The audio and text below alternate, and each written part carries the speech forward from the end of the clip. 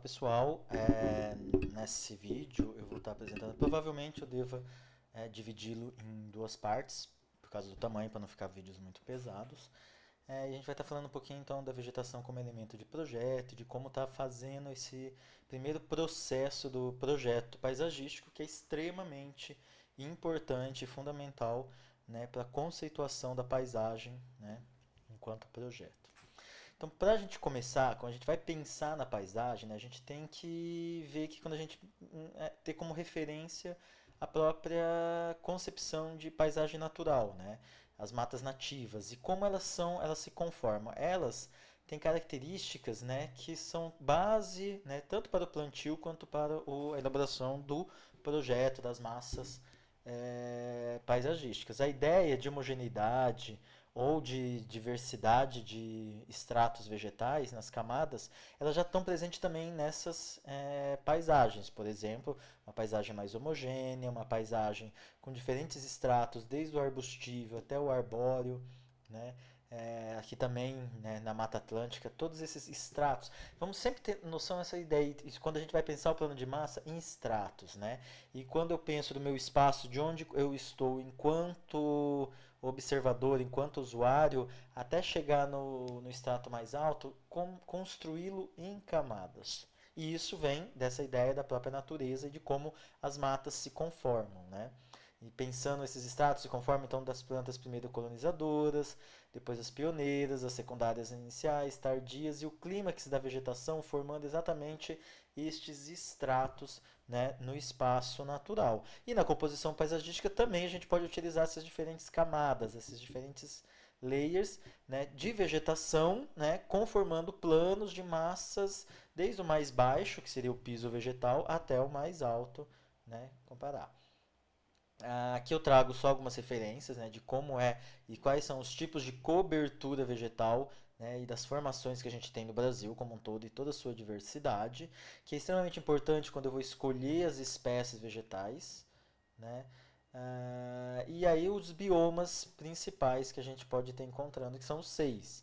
Né? A gente tem o Pantanal, a gente tem a Caatinga, a gente tem os Pampas, o bioma amazônico, o Cerrado e os Pampas, né? Os Pampas aqui, perdão. Né? Amazônia, Cerrado, Caatinga, Pantanal, Pampas e a Mata Atlântica. Né? E como ele se distribui, né, no nosso território. Isso é importante para espécies mais adaptadas ao clima, ao espaço e que tem uma característica, né, com a região. No estado de São Paulo, aqui a gente tem os ecossistemas, né, e a cobertura vegetal primitiva, né, esses dois mapas mostram, né, que predomina principalmente o mangue nas regiões litorâneas, a Mata Atlântica no domínio de toda a Serra do Mar, e aqui passando por São Paulo, e a floresta tropical nas áreas mais no interior do estado. Né? A associação desses diferentes estratos, como a gente falou, ela pode ver desde o mais arbustivo, do mais da forração, do piso vegetal até o arbóreo de grande porte, ela pode ser feita desde o jardim da pequena escala, né? Por exemplo, quando a gente vê aqui um jardim residencial que tem o piso vegetal, né, as forrações, né, os arbustos, até as árvores, até umas grandes florestas, grandes parques, como em Inhotim, onde a gente consegue então criar um ambiente que parece mais, desde o mais artificializado, mais formal, até o mais naturalizado, né, a associação desses estratos. Né? E o projeto da paisagem, então, vai usar a vegetação como projeto, né?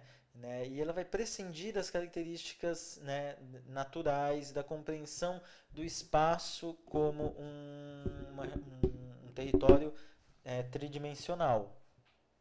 A vegetação, a gente não pode deixar de considerar que ela existe uma dinâmica, é um ser vivo, ela apresenta texturas, cores, aromas, uma estrutura, e aí desde o primeiro tempo, né, onde tem os arbustos, as forrações estão sendo incorporadas à paisagem, aí o tempo 2, onde as árvores começam a crescer, até a formação, né, ao longo prazo de toda essa vegetação. Então, diferente de uma obra que de repente você entrega acabado, um projeto paisagístico, ele, por mais que você entregue ele, né, num padrão estético e botânico interessante, a gente tem que ter consciência de que ele evolui no tempo, né? E essas etapas ou fases do jardim vão depender das características próprias de cada vegetação, né?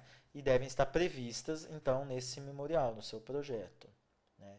Nos diversos momentos do jardim, né? E aí também ele pode, do decorrer do ano, ele tem as suas características alteradas de acordo com ah, as estações do ano. A gente deve considerar sempre a estética do local, né? A funcionalidade, as subdivisões dos espaços, as articulações dos diferentes usos, a interação entre as interações ambientais entre o espaço organizado, a natureza como um todo, né? E para isso conformar diferentes tipologias de jardim, né? O processo de projeto, né? A gente já tinha mostrado um projeto fluxograma mais intenso. Aqui a gente vai mostrar a parte mais voltada para o que vocês têm que fazer neste momento. Até chegar na construção e uso da paisagem desejada, a gente vai ter diversos processos. Vocês já fizeram os primeiros estudos, definiram e selecionaram a área de intervenção no Inhapur, né? Estão interpretando, fizeram uma análise, diagnóstico, e aí com isso vocês agora vão traçar o plano geral. Vão zonear esse espaço de acordo com a função e com os espaços mesmo dele. Então, criando com isso, depois desse plano geral, um plano de massas, que vai ser base para o anteprojeto, para o projeto legal, executivo e para a obra de implantação. Então, vamos falar um pouquinho dos planos conceituais que a gente já falou, mas a gente pode retomar. São esquemas, então, que mostram, né, de muitas, inúmeras informações com poucos elementos, né? Você tem o texto, você tem o memorial, porém, esses mapas conceituais, eles informam muita coisa com poucos elementos. Basicamente, você tem setas, né? Você tem linhas e você tem balões, essas estruturas, e com isso, e achuras, e com isso você determina todo o seu espaço, né? O objetivo é auxiliar durante o processo de projeto e organizar as ideias que vocês estão, né, na cabecinha de vocês. Nessa etapa, vocês vão sintetizar essas ideias, esses aspectos, mostrando a direção do vento, predominante dos ventos, qual é a direção do vento que você tem lá, qual a localização dos elementos que já existem, corpos d'água, massa vegetais, as vias mais interessantes a serem consideradas, as vias de acesso a essa área, as relações com o entorno, então alguma coisa que possa ter próximo, né, que possa ser núcleo de atração ou de afastamento das pessoas, e quais são a vegetação existentes. E com isso também colocar os fluxos dentro do espaço, as relações entre esses espaços, né, os tipos de caminho, e de forma bem conceitual. E o plano geral ele vai ter então o zoneamento espacial e o zoneamento funcional. O zoneamento espacial é onde você coloca as diversas e vai estar experimentando as diversas possibilidades de ligação entre o programa, inclusive a vegetação e as massas. O programa dentro de um parque, de um paisagismo, também entra, e aqui eu tenho um bosque, aqui eu tenho um campo aberto. As áreas abertas também fazem parte desse programa. Aqui eu tenho uma clareira, aqui uma área sombreada.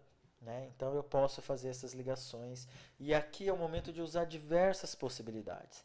Essa locar, né?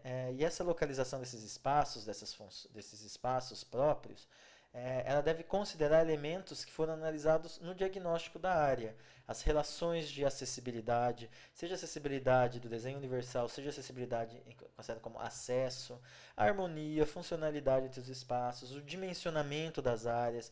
Professor, eu quero colocar uma área aberta para fazer shows, essas coisas. Qual é o espaço que eu preciso para essa área? Né? Pequenas áreas de estar para as pessoas se encontrarem. Qual é o dimensionamento dessas áreas? Né?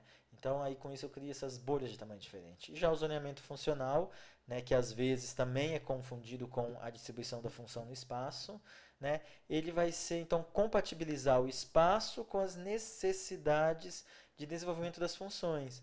Por exemplo, uma piscina. Né? Onde que vai estar uma piscina? No local ensolarado do terreno. Eu não faço como, por exemplo, no condomínio meu, que eu exatamente está a sul e pega toda a sombra, né, das duas torres, né? Uma área de estar, ela tem que estar no local de repente sombreado, porque você não vai ficar, um exemplo, o Jardim Botânico do Rio de Janeiro, na análise que eu fiz da minha tese, tipo, os poucos bancos que tem estão em área de sol, né? Não tem como você parar. As pessoas, o banco fica vazio na visita que eu fiz e as pessoas estão sentadas na grama, na sombra, aproveitando a sombra, né? Espaços amplos para prática de atividade esportiva. E é aí que a gente tem comentado: professor, posso ter vegetação? Não, não posso. A vegetação não pode atrapalhar uma quadra poliesportiva, especialmente de vegetação. De repente, talvez vegetação perto de uma quadra de tênis, talvez, né? E aí eu vou construir esses mapas aqui, eu posso usar cores, texturas, né? Aqui já está começando a conformar mais um plano de massas, né? Então, como que eu posso elaborar? Eu vou utilizar bolhas, setas, rabiscos para colocar e vou marcar então as relações entre locais de atividades, os padrões de circulação, circulação de pessoas, circulação de pedestres, circulação de veículos, circulação principal, circulação secundária. Nenhuma tentativa é feita para transmitir a forma exata, gente. Vocês têm que ver que quando eu faço, perdão, o meu plano de massa, ele não tem a forma exata da minha. Eu estou ligando um ponto ao outro. Se isso vai ser, por exemplo, se eu quero vir daqui até aqui, eu tenho essa relação. Se ela vai se dar feita de, sei lá, como um labirinto, se ela vai fazer uma forma mais circular, isso é depois. Nesse momento não me interessa, né? Eu tenho que mostrar os espaços destinados a determinadas funções e atividades. Porém, eu não posso ter num plano conceitual, que é o que vocês fazem individual, e vai ter uma área esportiva. Aí no meu plano não tem nenhuma área reservada para uma área esportiva. Não. Todas as áreas e funções devem estar lá. As relações entre área esportiva, eu vou para qual área? Devem estar mostrada. Os fluxos, as direções de vento, a direção, né, orientação solar, os pontos focais, quais é o ponto de interesse que de repente eu tenho? Eu tenho uma biblioteca. Vamos dar o exemplo mais básico de uma cidade do interior. Eu tenho uma praça, eu tenho a igreja, né, central da cidade, que tem que estar num ponto focal, né? Ou eu vou para nos espaços públicos, né, renascentistas, né, que a Itália muito fez, exatamente bem assim, eu tenho um grande monumento que deve estar, né, no ponto focal. Eu tenho o Congresso Nacional e na frente dele eu tenho uma grande área aberta que é exatamente para colocar o Congresso Nacional como ponto focal, né? E para isso eu utilizo símbolos. Aqui são alguns exemplos, né? Uma circulação de automóvel, de pedestre, pontos de acesso. Então eu tenho uma circulação, mas eu tenho acessos. A circulação é essa. Mas dela principal eu tenho acesso à área de lazer, a áreas de estar, a orientação solar, a orientação dos ventos, movimento das águas, circulação de qualquer tipo. Isso são exemplos, vocês podem usar o jeito que vocês quiserem, mas que não tenha só um tipo de seta no desenho de vocês, porque existem direções diferentes, né? Eu posso criar barreiras, telas, paredes, corredores de ruído, barreiras ecológicas, né? Então, esses corredores que eu vou, né, direcionar o som para onde vem. Eu tenho, então, questões, barreiras como falésias, aterros, bordas de floresta, que devem estar indicadas também nesse mapa conceitual. Depois do mapa conceitual pronto, a gente vai fazer o plano de massas, que nada mais é do que esse estudo preliminar, onde o desenho da área já está definido em linhas gerais. O plano de massa é esse estudo preliminar, quando define a estrutura básica dos espaços, né, a característica de uso, a forma, a cor, as texturas, os caminhos já são desenhados. Nessa etapa do processo de projeto, o espaço vai se configurar pela primeira vez em um desenho. O plano conceitual ainda não era um desenho do espaço, aqui já sim, né? O plano de massa ele serve de apoio para depois você desenvolver o projeto final, executivo, pois nesse plano de massa é estudada já toda a configuração da futura paisagem que será produzida, né? Aqui onde a gente vai colocar todos os estudos de possibilidade para cada proposta do plano conceitual. Cada plano conceitual, então eu tenho um plano conceitual, e a gente vai ver, aí eu pego e para ligar de um ponto ao outro, quais são as possibilidades? É no plano de massa que eu vou desenvolver de acordo com o diagrama propositivo, né, que a gente vai colocar, o diagrama formal, né? Aqui eu tenho como grau de definição determinar todos os elementos que formam a paisagem, cada espaço, cada pátio, cada clareira, cada espaço, área de lazer, cada caminho que vai ter, todos eles estão né, em suas formas e dimensões básicas, que ainda pode alterar um pouquinho, mas já é a proposta que eu quero para o meu espaço. Né? Então, nele eu vou configurar o sítio, os caminhos, a vegetação, os volumes edificados, muros, tudo que eu preciso para desenvolver o meu espaço. Então, primeiramente, no plano de massa, a gente vai determinar todos os elementos que formam a paisagem, as formas e dimensões básicas deles, caracterizando o piso, os planos, sejam os planos, né, com patamares ou mesmo os planos de vegetação, né, de muros, de esquemas, caminhos principais e secundários, caminhos diretos, determinar volumes vegetais, eu tenho um volume mais alto, um volume mais baixo, né? Eu tenho então trajetos diretos, trajetos indiretos, trajetos diretos com pontos de parada, eu tenho trajetos diretos e indiretos interligados, né? Então, como que eu vou fazer? Um parque, de repente, que é para caminhada, ele tem, né, trajetos mais sinuosos, mas ele pode ter, além de um trajeto sinuoso, ele pode ter um trajeto direto para uma pista de caminhada, de Cooper. Uma praça, às vezes eu tenho que, ela está localizada numa região central, eu posso fazer percursos mais indiretos? Posso, mas se tiver pontos focais entre essa praça, imagine que esse quadrado é uma praça. Se eu tenho uma escola, uma área habitacional aqui, as pessoas vão querer passar direto, então eu preciso ter também uma área direta. Porque senão as pessoas vão passar pelo meio do caminho. Historicamente, as primeiras praças surgiam exatamente depois que as pessoas se apropriavam do espaço. Ao observar quais são aquelas trilhas, aqueles caminhos que existiam no terreno de chão batido, ali que ia construir então os caminhos. Se vocês observarem imagens do canteiro central que eu dei de exemplo de Brasília, do eixo monumental, tem várias trilhas de chão no meio do gramado, porque as pessoas não querem dar uma volta, elas querem, em alguns momentos, quando as pessoas vão cruzar, se é um espaço que está dentro. Né, e como eu sei isso? Porque vejo o meu entorno. Se você tem um parque que está no encanto da sua gleba, que do outro lado dela não vai ter nada aqui atrás, as pessoas não vão só passar pelo parque, elas vão usar o parque, então você pode fazer canteiros. Agora, se eu tenho um terreno no meio da minha gleba, né, do meu loteamento, e eu vou fazer assim, então, e com dois pontos de atração do lado, com certeza algumas pessoas vão só passar por essa praça e não vão usá-la, né, em todos os momentos. Ou vão usá-las em alguns momentos e vão passar em outros. Então eu preciso ter também esses trajetos de percursos diretos. E aí eu posso usar a vegetação para determinar o espaço, né? Então, que tipo de espaço quando eu tenho nessa passagem? Eu quero um espaço aberto, uma vista ampliada, eu quero uma visão ampla, porém coberta, eu quero uma visão um pouco mais acolhedora, mais fechada, um bosque, uma alameda, e com isso eu já estou escolhendo o tipo de árvore que eu quero, mesmo que não seja a espécie, né? O tipo de vegetação. Então, pensar se eu quero o mesmo espaço aqui, se eu quero uma clareira totalmente aberta, se eu quero ele como se forma um espaço um pouco mais restrito, mais fechado, ou então se eu quero um espaço com uma visual mais ampla, né? Não, uma visual mais ampla aqui, a visual, ou mais fechada, aí eu posso usar estratos para, além da cobertura vegetal, ter exatamente uma barreira visual. Então, é de acordo com como eu penso esse espaço onde essa pessoa está, que eu vou escolher a vegetação. Né? E não é simplesmente, então qual é o uso que eu tenho ali? Né? É um espaço de passeio, de sentar, de dormir, de comer, é uma área. Se vocês olharem o Ibirapuera, tem áreas que são grandes clareiras para as pessoas tomarem sol e tudo mais, e áreas que são mais fechadas, mais reservadas. E aí eu posso pensar os volumes vegetais básicos, né, de acordo, então, com o mesmo raciocínio, sempre falo do projeto arquitetônico. Pensando que eu tenho pisos, eu tenho teto, coberturas, e eu tenho os planos também verticais que conformam esse espaço. Né? Então, um marco na paisagem, de repente, ele precisa de um espaço para atrair, do que de repente, se essa árvore é muito interessante, um exemplar raro, é uma árvore especial, ou então é uma escultura, eu tenho que criar uma abertura, né, para ele ficar isolado. Se ele estiver no meio de várias, é outro tipo de visual que eu crio.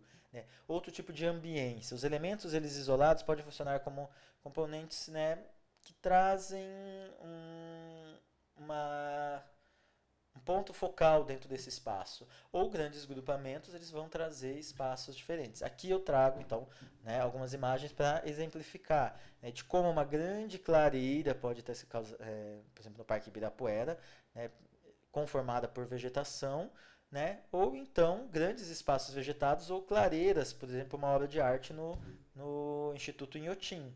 Né? Então, como eu posso criar esses espaços claramente conformados usando simplesmente vegetação, que é o nosso elemento de projeto. E aí, para isso, tem alguns volumes principais das formas da vegetação. Né? Isso aqui eu vou passar bem rápido, mas a gente pode ver que a vegetação pode ser globular, pode ser como um domo, né? Que ela não é totalmente circular, pode ser cônica, pode ser em forma de leque, pode ser informe, especial, irregular. E aí aqui eu vou passar muito rapidamente, porque tem alguns exemplos que vocês podem ver, nos vários tipos, né? Por exemplo, né, dos volumes, né? A globular, a em forma de domo, a em forma colunar, né? O cipreste, como então, outros tipos de volumes cilíndricos, volumes colunares, como esse navateiro vermelho, né? A forma de um leque ou um cálice, que é bem comum em algumas árvores. Eu posso, então, isso quando eu penso em árvore. Quando eu penso em palmeiras, né, são volumes que, então, eu posso formar, tipo, árvores, né, corredores, eu posso ter palmeiras de diversos tipos, árvores irregulares. O flamboyant é extremamente plástico e bonito que eu posso trabalhar, né? E posso também fazer uma composição com piso vegetal, herbáceas, arbustos e árvores, criando então diferentes volumes para a minha região. E quando eu penso então nesses vegetais, eu tenho que pensar algumas características, a transparência, a quantidade de luz que ele permite ou não trazer para o meu espaço. E aí eu vou escolher, eu quero um espaço, nesse momento que eu não pensei em espécie, mas eu quero um espaço que tenha sol chegando ou que seja totalmente sombreado. Se eu defino isso nesse plano conceitual, nesse plano de massas, aí eu vou escolher as minhas espécies no projeto executivo que tenham uma folhagem mais densa, menos densa, mais rala.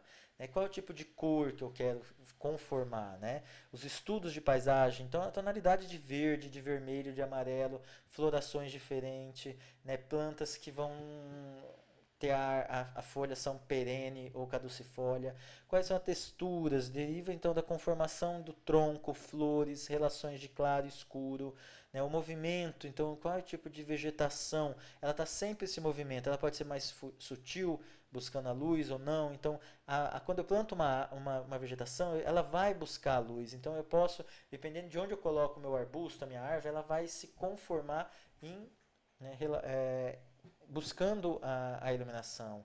A questão da água é outro elemento, então a presença de água no espaço produz movimento, diferentes tonalidades de verde, azul, cinza, traz umidade para o ambiente, traz um caráter de reflexão, de estruturação, de complementação desse ambiente. E outros equipamentos, como equipamentos de lazer, decorativo, controle, equipamentos de preservação, volumes edificados, construções e equipamentos.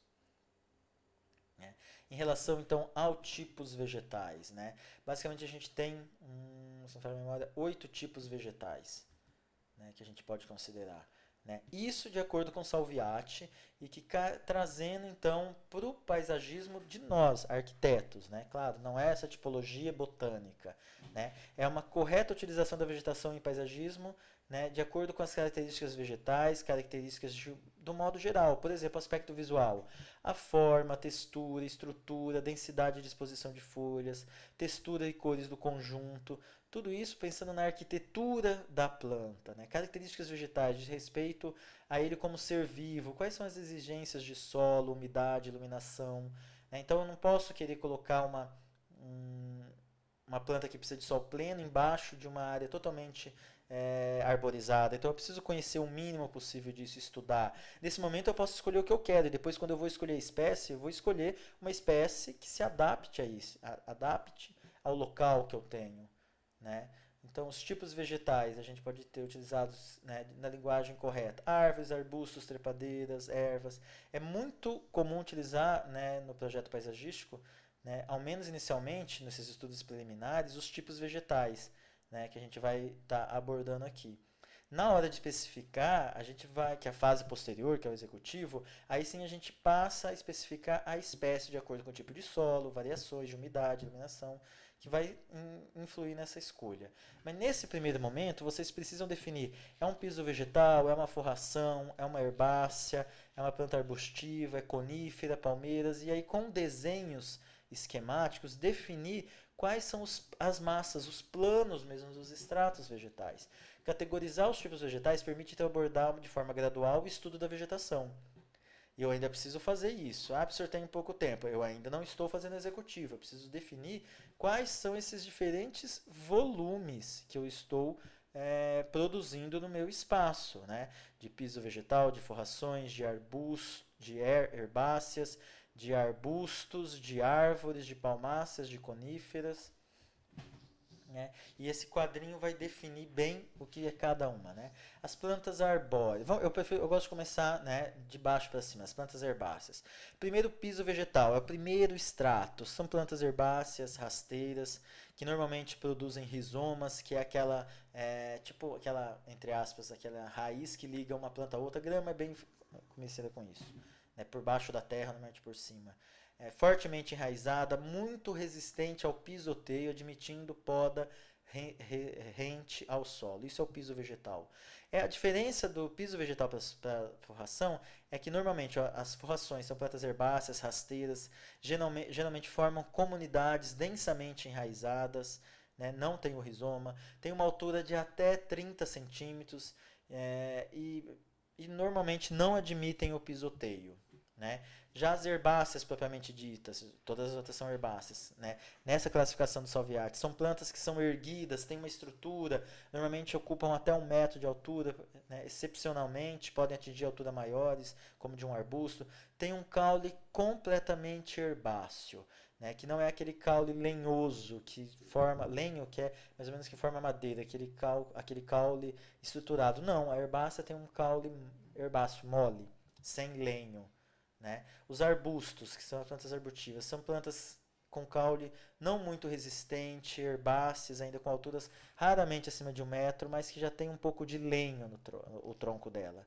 Por exemplo, uma resedá ou uma murta de cheiro, que vocês vão olhar, parece um troncozinho de árvore um pouco menos resistente. Né? Trepadeiras, né? São plantas de caule não autoportante, elas não se sustentam e precisam de algum tipo de estrutura para apoiá-las. Depois a gente tem as plantas herbáceas, coníferas, são plantas arbóreas, geralmente de grande porte, uma estrutura monopodial, ou seja, um caule único, né? Um caule vertical sem muitas ramificações laterais, uma copa frequentemente cônica, né? As folhas formando acículas como se fossem espinhos. Não são espinhos, só aquele formato. Lâminas, ou então lâminas estreitas, ou então escamadas. Já as palmeiras, ou as palmáceas, que também são arbóreas, são plantas de caule normalmente único, mas às vezes pode ser bifurcado ou um conjunto de caule. Raríssimo bifurcado, mas existe. Provida de folhas alongadas, caracteristicamente pinadas, inseridas em rosetas na extremidade superior dela. Então é aquela árvore que aquele tronco, o fuste reto, a gente vai ver, todo mundo conhece as palmeiras, e essa roseta, ou seja, de um ponto, pensa na rosa, a rosa, as pétalas saem todas do mesmo ponto, então desse mesmo ponto saem todas as folhas plissadas. E as árvores, que são plantas arbóreas, com uma estrutura ramificada em diferentes formas, caules. Ela tem um caule único, mas ele vai se ramificando, provida de folhas laminares, diferentes formas, texturas. É talvez um dos tipos vegetais mais ricos e característicos. Aqui algumas formas de como você pode representar nesse momento, num corte esquemático, as forrações, herbáceas, arbustos, as trepadeiras, apoiadas, as coníferas, palmeiras, árvores, né? Então, assim, a utilização de diversas tipologias na composição da paisagem é fundamental para criar ambiências que sejam mais atrativas. Nesses primeiros estudos do anteprojeto, do projeto de massas, a tipologia vegetal já deve estar determinada.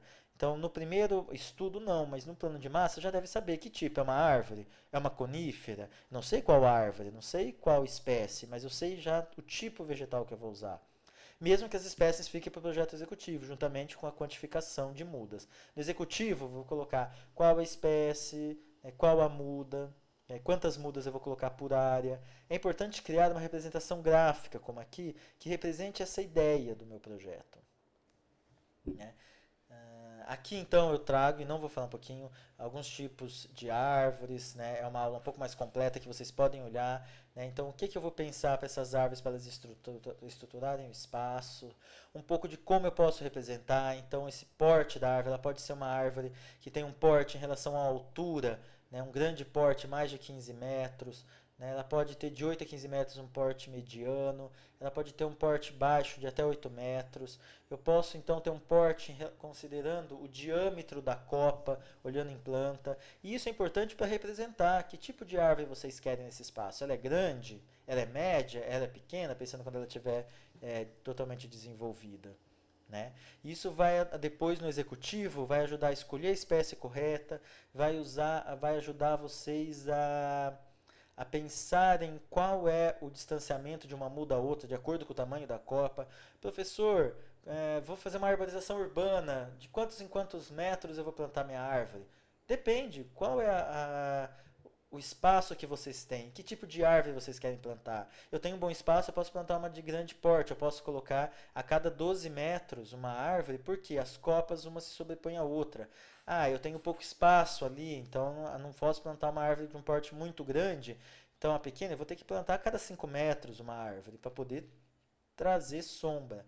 Né? A Sociedade Brasileira de Arborização Urbana coloca como de uma média padrão o que estaria na cidade de Maringá, que é uma árvore a cada 10 metros de calçada. Mas volta a falar, são árvores de grande porte, uma calçada grande, depende muito, né? Mas seria uma medida boa, porque está muito próximo, né, de uma árvore média, grande porte. E as diferentes representações que eu posso estar causando no AutoCAD ou à mão. Posso pensar então na forma. Enquanto eu vou pensar, eu tenho o fuste, que é essa área livre, que deveria ter pelo menos 3 metros. Eu tenho a copa da árvore, eu tenho árvores de crescimento monopodial, de poliaxial, que elas vão se ramificando. Eu tenho as formas diversas, né? E aí alguns exemplos que a gente falou, arredondada, de árvores ovaladas, em forma de leque, árvores irregulares, colunares que tem esse. Então eu quero criar esse espaço, né, de acordo com a minha concepção espacial. A gente, como arquiteto urbanista paisagista, arquitetos paisagistas, a gente tem que pensar um pouco na forma do espaço, não só na vegetação. Né? Então, que tipo de ambiência que eu estou criando para esse espaço urbano? Né? Em forma de cálice. Então, eu quero criar um espaço, por exemplo, numa rua, né, que vai ser super amplo, tem visibilidade, porém coberta. Eu uso cálice, porque aí eu consigo fechar lá em cima e deixar, né, as árvores, né, a rua bem aberta para poder trabalhar, para poder ter mais visibilidade, passar caminhão e tudo mais. Né? Eu tenho as coníferas que elas podem ter, então, elas podem ter um fuste baixo, um fuste médio, um fuste alto, uma copa, né, mais desenvolvida. Né? Então eu posso ter, por exemplo, um fuste extremamente pequeno e que aí eu crio só uma marcação do território, ou então com um fuste mais alto para fazer uma arborização de repente. As coníferas têm diversas variações de tons, de cores, né? Não é só árvore, elas podem ter esse porte muito parecido com arbusto para criar ambiências. Né? Pode ter a copa cônica espalhada em taça, como o araucária, que é tão aqui na nossa região. Né? Posso criar, então, é muito comum o cipreste italiano, né? E esse espaço, tipo fugiu o nome da região. Né? Na Toscana, que cria tão característico disso e cria toda uma ambiência, uma marcação do território. As diversas espécies de conífera que vocês vão poder depois olhar com calma.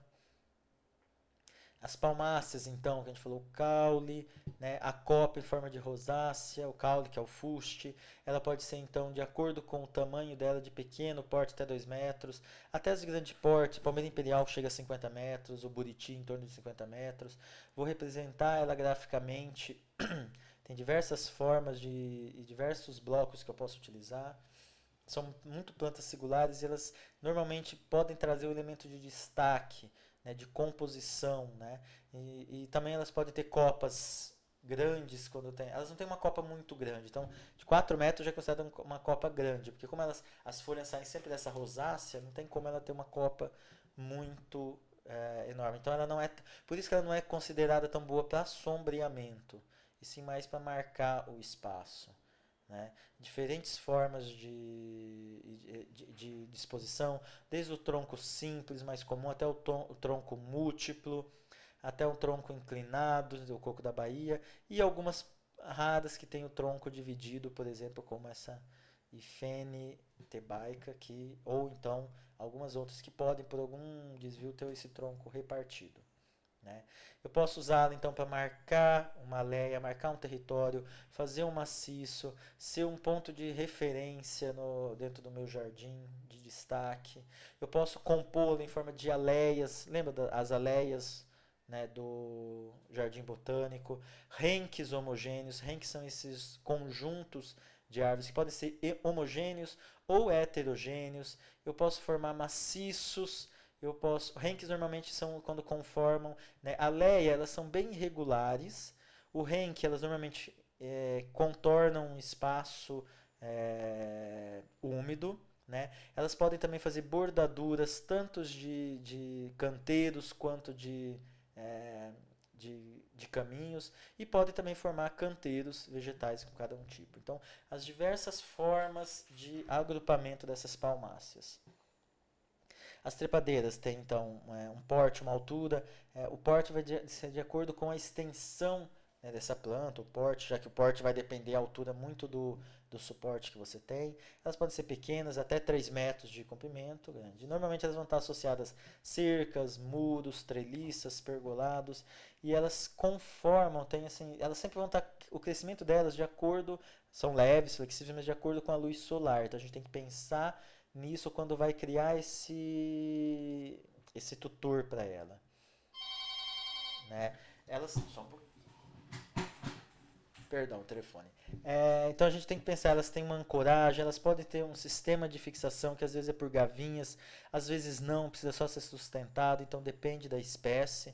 Então eu posso pensar ela num muro, mas às vezes eu posso pensar ela num pergolado. Ela tem uma grande variedade de flores, frutos, né? É extremamente plástica e atrativa essa questão, né? Principalmente das flores das trepadeiras. Né? Os arbustos, então, eles podem ter diversas formas, podem ser espalhados, colunares, verticais, leques, e eles são plantas, né, que se relacionam muito relacionadas com as árvores, porém o seu porte é menor, até uns 6 metros de altura, principalmente por terem um caule que é muito repartido. Dificilmente, né, a grande diferença da árvore para o arbusto é que a árvore, normalmente eu tenho esse fuste grande e depois reparte. O arbusto, o tronco começa a se repartir logo no início, ele não tem um fuste muito grande. Você até consegue, por exemplo, numa murta ou numa resedá, por meio de podas, fazer com que, por exemplo, uma arborização urbana, né, que a gente até brinca em algumas cidades usa uma arbustização urbana, que não seria o correto.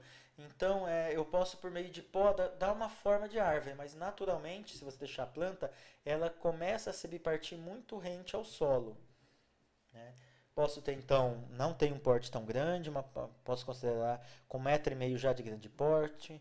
Eu posso representar ela de diversas formas, de acordo com as formas. Posso criar, então, barreiras. Elas são excelentes para criar barreira visual, barreira sonora. Né? Elas são plásticas, ela tem uma plasticidade muito grande para formar esses maciços. Tem muita diferenciação de cores, de flores. Né? É um segundo, então, do nível mais alto do meu extrato é um nível um pouco mais baixo. Como eu tinha falado, a murta de cheiro, por exemplo, de acordo com a poda que você faz, ela pode até ter esse caldo lenhoso, que parece uma lenha, mais ou menos assim. Né? Então ela pode ter uma forma de árvore de acordo com a minha, né, o meu trato, né, a minha poda. Né? Então, assim, as herbáceas não possuem lenha, essa já possui. Eu posso plantar ele em maciços, né, maciços densos, criando barreiras. Barreiras de passagem, às vezes eu quero no meu parque que a pessoa não passe por essa área. Como que eu vou fazer isso? Eles estão passando pelo jardim e criando, né, grupos vegetais, tipo com arbustos, que não de repente ou canteiros que não vão atrapalhar a visão, né? Mas se for principalmente herbáceas, elas atrapalham a visão. E arbustos, às vezes eu quero realmente criar, né, uma barreira visual ali, então eu posso utilizar eles, porque eles, né, diferente das árvores que criam uma barreira, mas a árvore tem uma visibilidade embaixo, os arbustos não. E aqui uma diferença e uma variedade enorme de cores, texturas que vocês podem estar utilizando. Já as herbáceas, a gente vai dividir ela, como a gente falou, entre herbácea, forração e piso vegetal, como projeto, com a grande diferença que eu falei assim, o piso vegetal, você é resistente ao pisoteio, normalmente é bem rente ao chão, você pode podar e não vai matar. Você não consegue passar uma poda, por exemplo, na grama preta, senão você mata ela, acaba. E numa grama esmeralda, numa batatais, você já consegue. Né? A forração, então, não é possível pisotear, ela tem uma altura baixa, até 30 centímetros, mas não posso pisotear. E as herbáceas já tem uma grande variedade de flores, de espécies, de raízes, de caules subterrâneos ou não, e que você é um pouco mais alta, não tem lenho, né? Mas pode às vezes chegar até 1 metro de altura. Né? As representações gráficas, então, de como vocês podem estar representando nesse momento cada uma delas, a grande variedade, então aqui eu quis trazer assim, da grama, né, desde de grama amendoim, até, que seria uma forração, até grama esmeralda, que é mais um piso vegetal, até herbáceas como o antúrio, que tem um pouco mais de porte. E aqui diversas composições, eu posso então fazer esses canteiros simples, canteiros compostos por diversos tipos de plantas. Eu posso trazer, é o elemento que mais vai me possibilitar trazer cor, trazer texturas diferentes para o meu espaço. Né? E aí também tem um tipo que o Salviati coloca, que são as plantas atípicas, que são muito plásticas, muito escultóricas e que elas não se encaixariam em nenhum outro tipo. Né? Ó, na sua maioria são plantas cultivadas que enquadram-se a maioria se enquadra daqueles tipos. Porém, algumas espécies que mesclam características de um ou dois tipos vegetais. E algumas famílias, por exemplo, os cactos, as cactáceas, ou grupos de espécies de famílias diferentes, como as suculentas, guardam semelhanças entre si e são diferentes das outras espécies. E aí a gente pode ver os bambus ou gramíneas altas, né? As bromélias, as agaves e yucas, né? As suculentas e cactáceas, os samambaias e cicas, as bananeiras e helicondas, o filodendros e monsteras, as plantas aquáticas, que também tem outro tipo, as epífitas, que elas estão, né, sempre usam a árvore ou algum outro como suporte. E você sabe, a epífita não é parasita, ela não tira o alimento da árvore, sim, elas só usam a árvore, por exemplo, como suporte. Tá, muita epífita, ela pode às vezes sufocar uma planta por excesso de tamanho, mas ela não tira o alimento da planta. Né? E aí a gente vai falar sobre composição na próxima aula. Muito obrigado.